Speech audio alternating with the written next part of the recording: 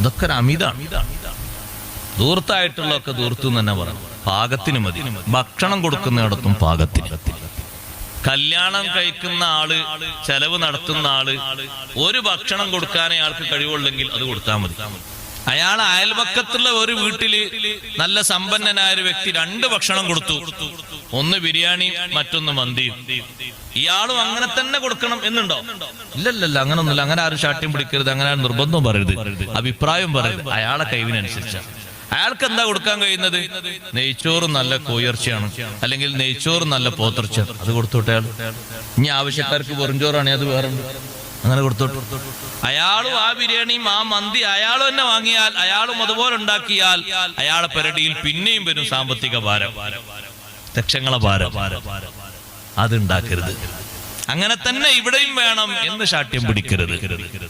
അയാളെ കഴിവെത്രയാണോ